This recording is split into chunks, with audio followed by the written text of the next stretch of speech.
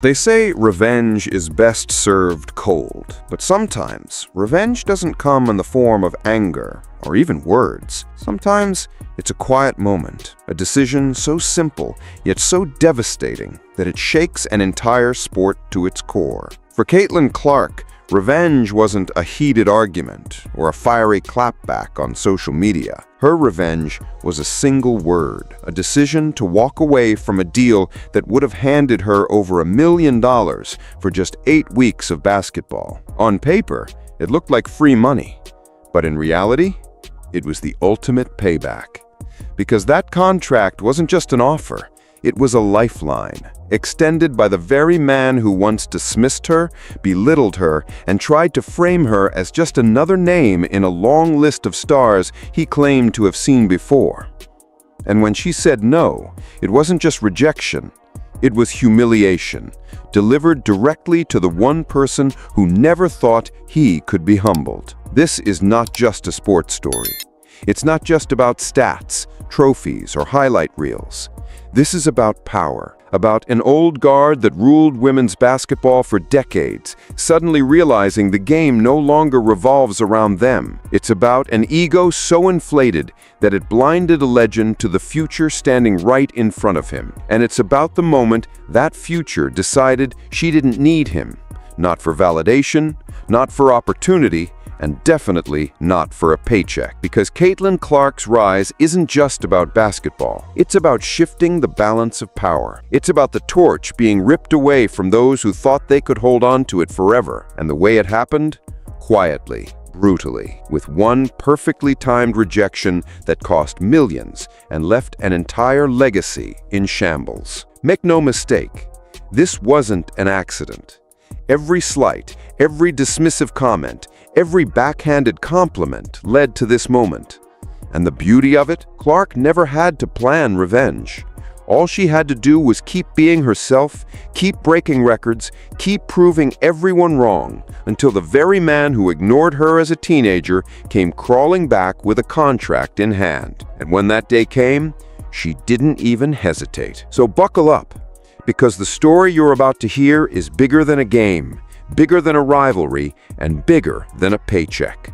This is the untold story of how Caitlin Clark didn't just reject the league, she dismantled the empire of one of basketball's most powerful figures with a single, devastating word. Every great revenge story begins with a mistake, and Geno Auriemma's mistake wasn't a bad play call or a tough loss. It was something far worse. It was a choice. A blind spot that would come back to haunt him in ways he could have never imagined. You see, before Caitlin Clark became the face of women's basketball, before the sold-out arenas, the record-breaking TV ratings, and the Rookie of the Year trophy, she was just a kid with a dream. And like so many young hoopers, that dream was spelled out in 4 letters: UConn. Caitlin admitted it herself in interviews. UConn wasn't just another program, it was the program.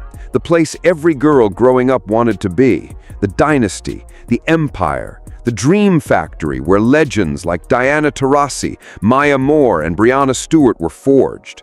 For Clark, it was the mountaintop. She once said, "I loved UConn. I thought they were the coolest place on earth." So when it came time for her recruitment, the path seemed obvious.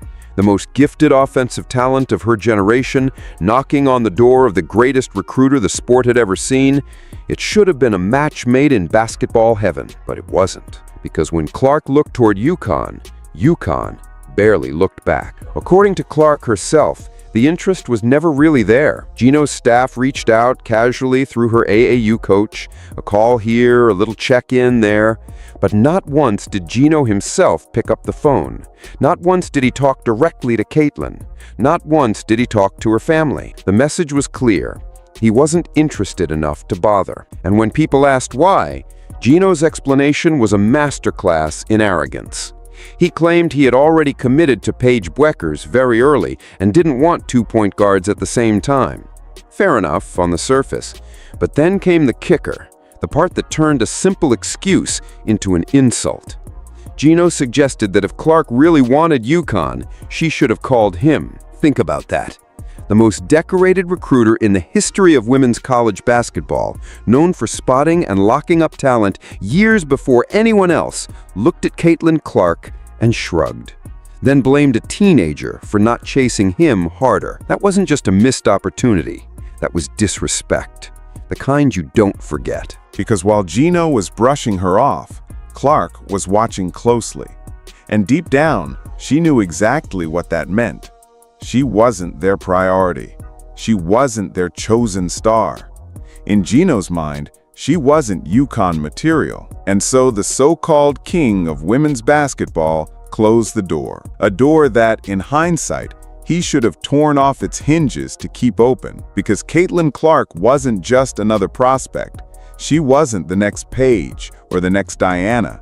She was something entirely different. A generational supernova waiting to explode. But by the time Geno realized it, it was too late. Clark chose Iowa, a program without UConn's banners, without UConn's mystique, without UConn's legacy. But it gave her something Geno never offered: belief. And that decision, the fork in the road that sent her to Iowa, would change the entire landscape of the sport. Because that rejection, that first dismissal, would become the most expensive mistake in women's basketball history. A mistake measured not just in wins and losses, but in millions of dollars, millions of fans, and millions of eyes that UConn will never get back. When Caitlin Clark chose Iowa, most people didn't see it as the beginning of a revolution. To many, it looked like a consolation prize. After all, Iowa wasn't UConn. It wasn't a dynasty.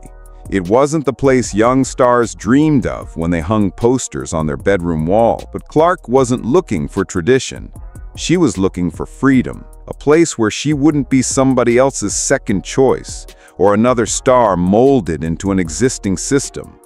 And Iowa, she wasn't just a recruit, she was the recruit. And from day one, she took ownership of the program in a way that UConn never would have allowed. It started small. Packed gyms in Iowa City, highlight reels on social media that spread like wildfire. Her logo threes weren't just shots, they were statements. Every deep bomb she hit was a reminder that the sport was evolving, and she was the one pushing it forward. And while Geno was busy protecting his throne, Clark was out there building an empire of her own, one bucket at a time. The numbers were staggering. Sellouts became routine. Entire arenas turned into shrines for Clark's game. Road games? They felt like rock concerts, with fans showing up just to witness her magic, even if it meant cheering against their own team. Television ratings shattered records.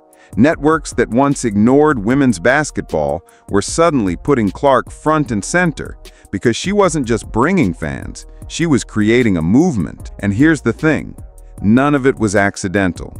Clark didn't stumble into superstardom. She willed it into existence. She didn't need UConn's banners to validate her. She didn't need Geno's stamp of approval. She took the pieces Iowa gave her and turned them into gold. Meanwhile, Geno watched from afar, and instead of admitting that he had missed out on the greatest offensive player of a generation, he doubled down. He chose arrogance over honesty, pride over humility. Rather than acknowledging Clark as the face of the sport, he tried to downplay her rise, tried to act like he had seen it all before, tried to convince the world that this wasn't anything new. But everyone else could see it. This was new. Because while UConn clung to its fading dominance, Clark was out there redefining what dominance even meant. She wasn't just winning games. She was rewriting the rules of attention, money, and power in women's basketball. Suddenly, little girls weren't dreaming of wearing UConn blue. They were dreaming of wearing Caitlin Clark's number. And that's the part Geno could never control. Because you can dismiss a player. You can downplay her stats. You can pretend she's just another name. But what you can't do is stop millions of people from believing. And by the time Clark's empire began to stretch beyond Iowa, into national headlines, international coverage, and even into the WNBA, Geno's dismissals were starting to look less like wisdom and more like bitterness. What he once considered a slight miscalculation was turning into something far worse, a public reminder that he no longer had the power to decide who mattered in women's basketball. And the more Clark built, the smaller he looked. For a while, Geno stayed quiet. He could have admitted his mistake. He could have said, "Yeah, we missed out, but look at what she's doing. That's special." That kind of humility might have earned him respect. But humility isn't Geno's style. Instead, he started talking. And every time Caitlin Clark's name came up, the same pattern followed. A sprinkle of praise wrapped nicely in a package of dismissal. When asked about her game, he'd smile, lean back, and deliver lines like, "Kid's fearless. She just plays, like a little kid in the driveway." Sounds flattering at first, right? But listen closer. In Geno's world, Clark wasn't a once-in-a-generation athlete. She was just a kid messing around, nothing more. He turned her brilliance into something casual, something ordinary. And he didn't stop there. Anytime someone tried to put Clark in her own category, he made sure to drag her back down into comparisons. Over and over, he would pivot to Paige Booker's. If Clark was tough, well, so was Paige. If Clark connected with fans, sure, but Paige did too. The compliments were always tethered to a reminder. In Geno's world, UConn still produced the stars worth talking about. It wasn't random, it was calculated. A quiet power play designed to keep control of the narrative. If Clark's success could be framed as nothing new, then Geno could still pretend he was the kingmaker, that her spotlight was somehow tied to the players he chose, the dynasty he built. But here's the problem with backhanded compliments. People notice. Fans noticed. Analysts noticed. Even other coaches noticed. They saw through the act. They saw a man who couldn't give pure respect without twisting it, without inserting himself into the story. And the more he did it, the worse it looked. Because Clark's game didn't need qualifiers. Her performances didn't need to be balanced with comparisons. She was putting up numbers no one had ever seen, breaking records left and right, drawing crowds bigger than entire professional franchises. Yet here was Geno, still clinging to his throne, still trying to remind the world that he was in charge. It was subtle, but it revealed everything. Behind the smile, behind the compliments, there was something else: insecurity. The kind that only comes when you realize the spotlight is moving away and there's nothing you can do to stop it. And soon, the mask slipped completely, because those little digs, those sly comparisons, weren't enough anymore. Geno went from throwing shade at Clark to throwing punches at the very people who supported her. For a while, Geno's strategy was subtle, a little shade here, a little comparison there. But eventually, he couldn't hold it in anymore. The compliments stopped, the mask slipped, and what came out next was pure frustration. In June of 2024, during an interview on The Dan Patrick Show, Geno Auriemma did the unthinkable. He didn't just talk about Caitlin Clark, he went after the people who supported her. Think about that for a second. This is a Hall of Fame coach, a man with multiple national championships, a guy who's supposed to represent the pinnacle of the sport. And yet, instead of showing grace, instead of celebrating the energy Clark was bringing to women's basketball, he insulted the very lifeblood of the movement. His words, brutal.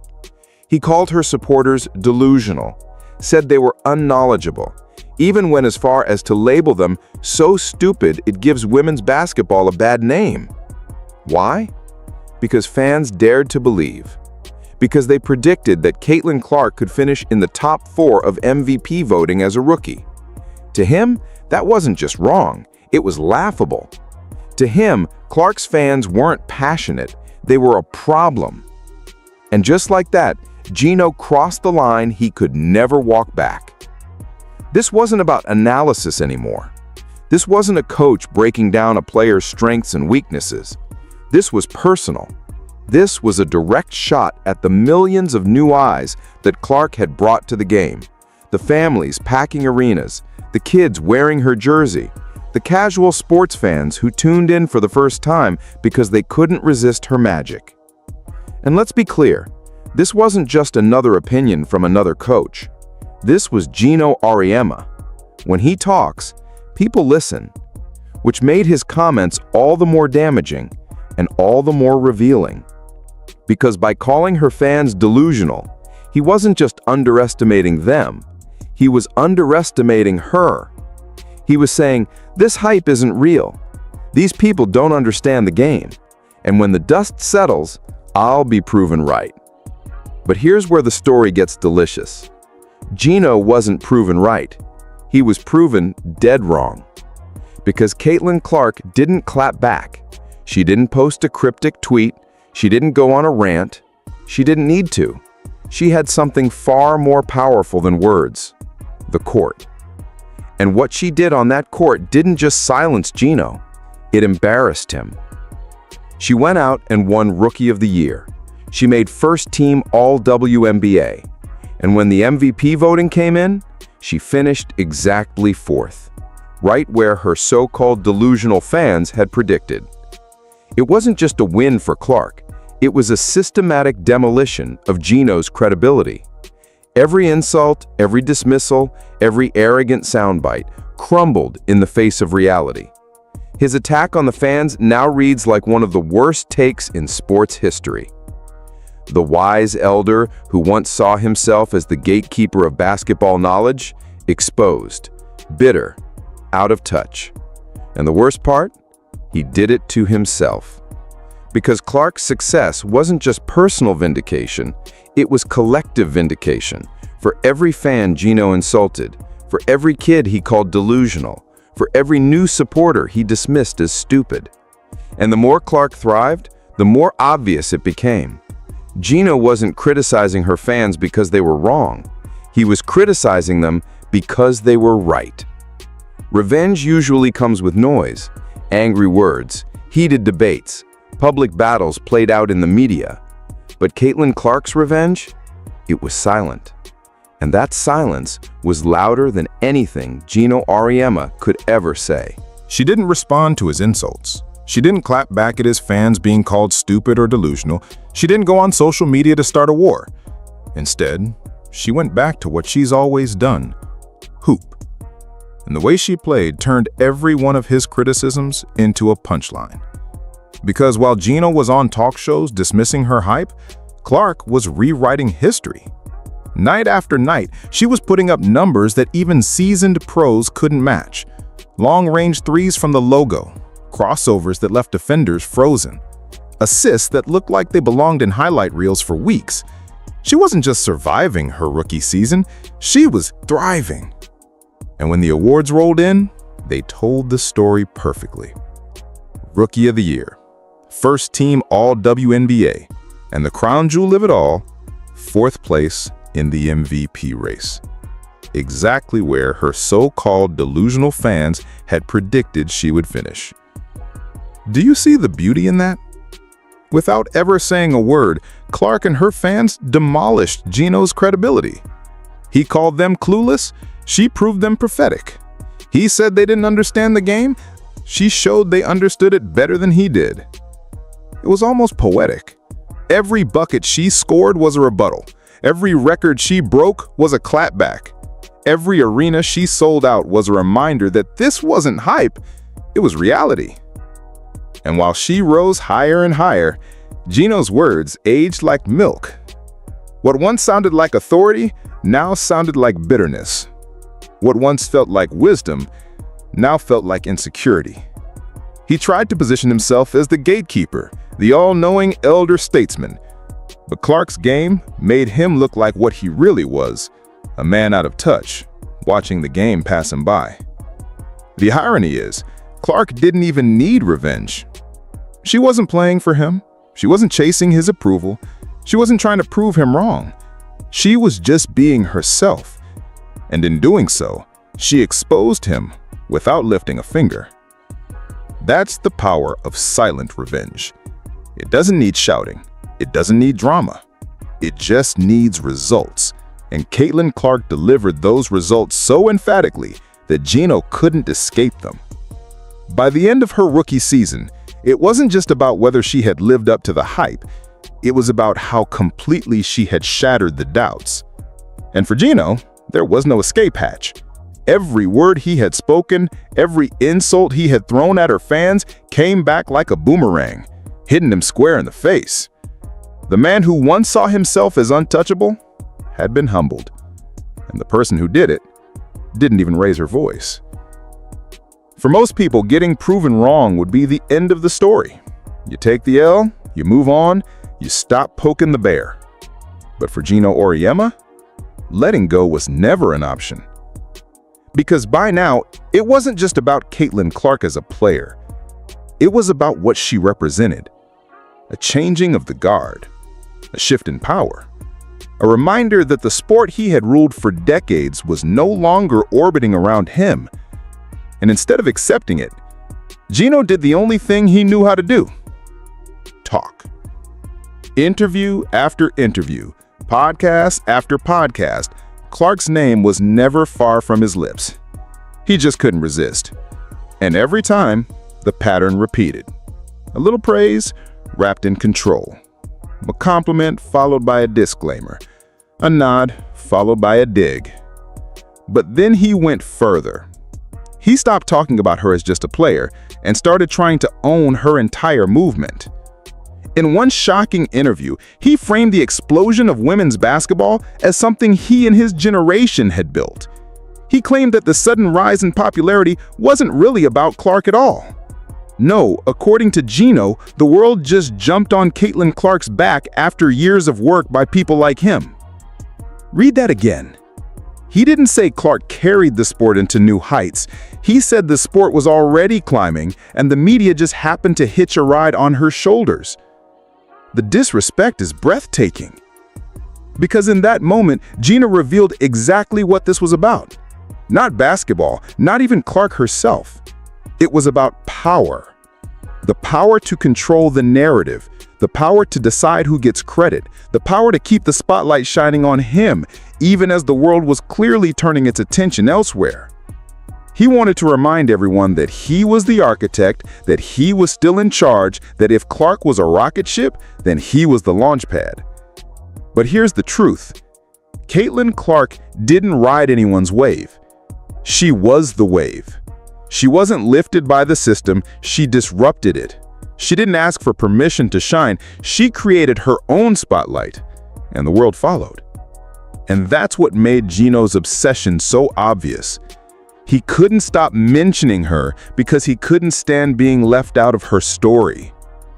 Every time her name trended, every time another record fell, every time another sold-out crowd packed an arena, it was a reminder that she was doing it without him, without his program, without his approval.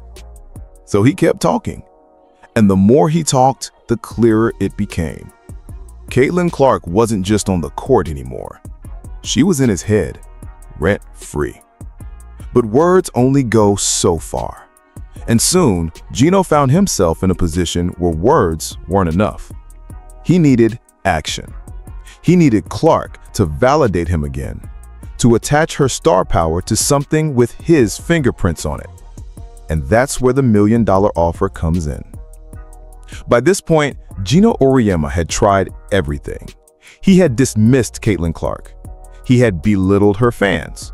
He had tried to control the narrative with comparisons and backhanded compliments. And when all of that failed, he tried to reframe her rise as just another product of the system he created. But none of it worked. Clark kept climbing, and Geno? He kept slipping further into the shadows. That's when a new opportunity appeared, one that seemed, at least on the surface, like his shot at redemption. A chance to reassert himself, not just as a coach, but as a visionary, a businessman, a power broker in the future of women's basketball. The opportunity was called Unrivaled. a bold new 3-on-3 basketball league co-founded by Breanna Stewart and Napisa Collier, with Geno deeply involved in the creation. The league had money, it had hype, it had ambition. What it didn't have was a face. And that's where the desperation became crystal clear. Because for all the big names attached to the project, for all the promises of innovation and excitement, there was only one player who could truly legitimize it. Only one name powerful enough to bring in the millions of fans who had just discovered women's basketball. Only one star big enough to carry the entire league on her shoulders. Caitlin Clark. So after years of dismissals and insults, Geno finally did the unthinkable. He came knocking. Reports confirmed that Unrivaled made Clark a massive offer, over $1 million for just an 8-week season, one of the richest contracts ever offered in women's basketball history. Think about the irony. The same man who once wouldn't even pick up the phone to call her in high school was now holding out $1 million check, practically begging her to save his project. The same coach who told the world her hype wasn't real was now trying to cash in on that exact hype. The same coach who said her fans were delusional was now depending on those same fans to buy tickets, stream games, and make his league profitable. It was the ultimate reversal, a role swap so dramatic it could have been scripted for Hollywood. Geno had gone from gatekeeper to salesman, from kingmaker to beggar, and the fate of his league, his vision, maybe even his legacy, rested in the hands of the very player he once brushed aside. Make no mistake, this wasn't just business. This was personal. By securing Clark, he could rewrite history. He could say, "See, she's with us. She's part of the system. She's not bigger than the game. I am." But here's the twist. When the offer landed on Clark's table, she didn't see opportunity. She saw something else. A test, a power play, a desperate grab from the very man who had spent years trying to minimize her. And when she gave her answer, the payback was perfect. The $1 million offer was supposed to be Geno Auriemma's checkmate, a lifeline, a chance to reclaim control of the narrative, to tie his name once again to the brightest star in the game. He had the league, he had the platform. All he needed was Caitlin Clark to sign on the dotted line. But instead of saving him, Clark delivered the final blow. Her answer? No. No explanations, no hesitation, no second thoughts. Just one word that carried more weight than all of Geno's interviews, insults, and excuses combined. And make no mistake, this wasn't just a business decision. This was personal. Because when Clark said no, she wasn't rejecting a contract. She was rejecting him, his approval, his system, his attempt to rewrite her story. That one word was a message. I don't need you. I don't need your league. I don't need your validation.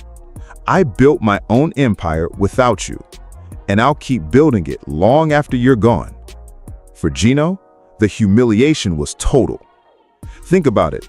The man who once couldn't be bothered to make a single phone call was now offering her over $1 million, and she turned it down, publicly, without fanfare, without bitterness. Just quiet, decisive rejection. And the fallout? Brutal. Without Clark, Unrivaled lost its star, its magnet, its face. The $1 million offer wasn't just money. It was an admission that the league needed her more than she needed it. And when she said no, the project's hype collapsed before it could even take off. Fans saw it for what it was, the ultimate humiliation. Social media erupted, clowning Geno for thinking Clark would ever bail him out after years of dismissals. The chess match he thought he was playing, Clark ended it with one move. She didn't rant, she didn't argue, she didn't give long speeches about respect or revenge. She just walked away. And that silence cut deeper than anything words could do.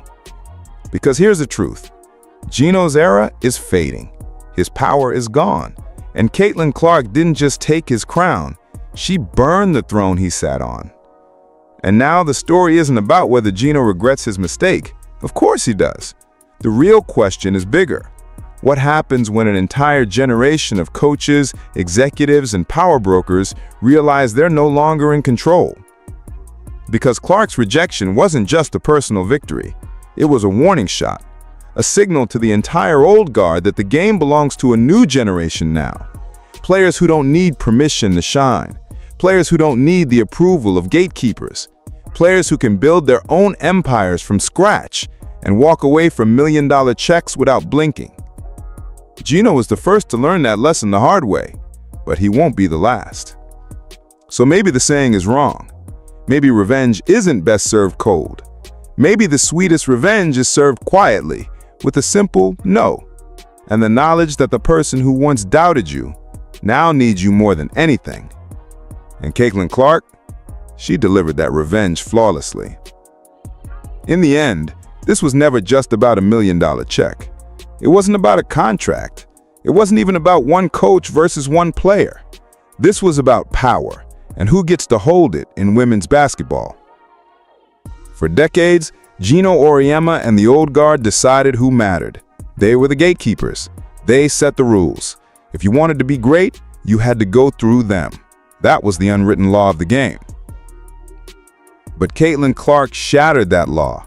She didn't need UConn's banners to validate herself. She didn't need a legendary coach's blessing to shine. She didn't play by their rules. She made her own. And by saying no to the very man who once dismissed her, she proved something far bigger than herself. The future no longer belongs to the gatekeepers. It belongs to the players.